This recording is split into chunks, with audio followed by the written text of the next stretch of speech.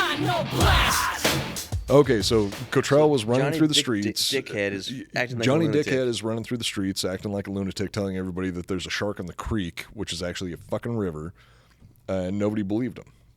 I wouldn't. I wouldn't believe him either. It's 11 miles from the fucking ocean. Yeah.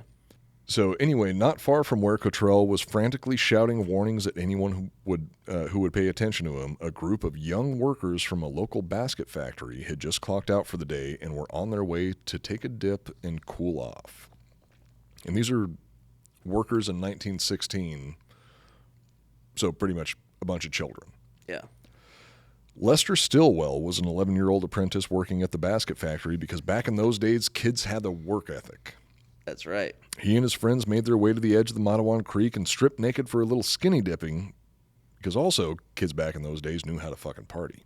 Stillwell waded into the water out in front of the group and yelled to his companions, quote, "Hey fellas, watch me float." And as soon as the words left his mouth, a dark shape rose out of the water and pulled him under. Stillwell's horrified coworkers ran through the streets of the town, still completely naked. A group of kids running through the town naked, saying, "Holy shit, Lester just got eaten by a shark." Even that, nobody is going to fucking believe. If I see, put your clothes on, bitch. If I see a group of naked kids running through the streets yelling anything aside from, "Oh my God, I just escaped from a rapist," I'm not going to believe whatever they're saying. A group of people gathered at the site of the attack, peering into the water for any signs of the missing boy. Finally, a young man named Stanley Fisher hoisted his massive set of brass balls over his shoulder and dove into the water to find Lester Stillwell. After diving into the murky water, Fisher didn't emerge for a concerning amount of time. He just dove into the water after a kid got attacked. Just as the bystanders were beginning to think that they had an additional body to fish out of the water, Stanley emerged, carrying the shredded corpse of Lester Stillwell. Fuck. He found it. He actually found the mutilated body of this 11-year-old kid, down at the bottom of it's a fucking river. It's not a creek. Found it at the bottom of the river. He had barely made it a few feet towards the shore before he too was pulled underwater.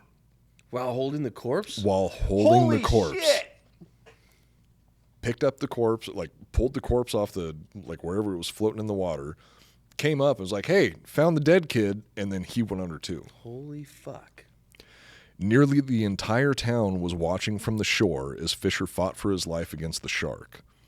Despite all of his punching and kicking, the predator sank its teeth into his thigh, ripping away nearly 10 pounds of flesh before bystanders were able to pull him to safety.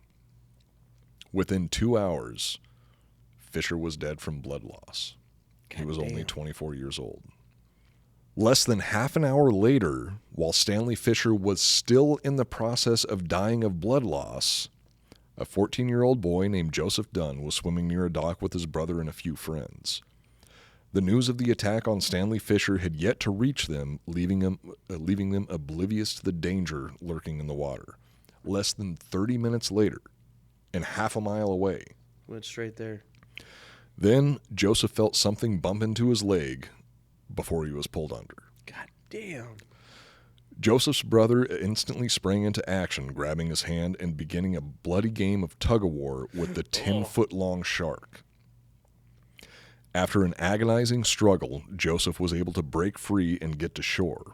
His left leg had been shredded by the attack, but the quick actions of his brother and his friends prevented the shark from taking a massive chunk out of his leg, as it had done with Stanley Fisher. Joseph was rushed to a nearby hospital where doctors were able to stop the bleeding, saving his life. Damn. He was the only survivor of any of these shark attacks. Fuck. Following the attacks on Lester Stillwell, Stanley Fisher, and Joseph Dunn, panic gripped the residents of Jersey Shore. Bounties were placed on sharks, and lifeguards were armed with shotguns, and President Woodrow Wilson took a break from being a racist shitbag to dispatch the Coast Guard to hunt down the man-eater. God damn. Dozens of sharks were killed following this. It became like a slaughter of any shark that they could find. Wait, but not just in the river, everywhere. Everywhere. No, they never found any other sharks in the river. No shark was ever caught in Matawan Creek. Matawan River, it's a fucking river. They never got the shark? never caught a shark in the river. The only sharks that they caught were out in the ocean. They caught one shark at the mouth of the river, but it was a few days later. There was no way to tell if that was the actual shark that. And it stopped killing though. After that the attacks stopped, but there's no way to tell if they actually caught the shark that was responsible for everything.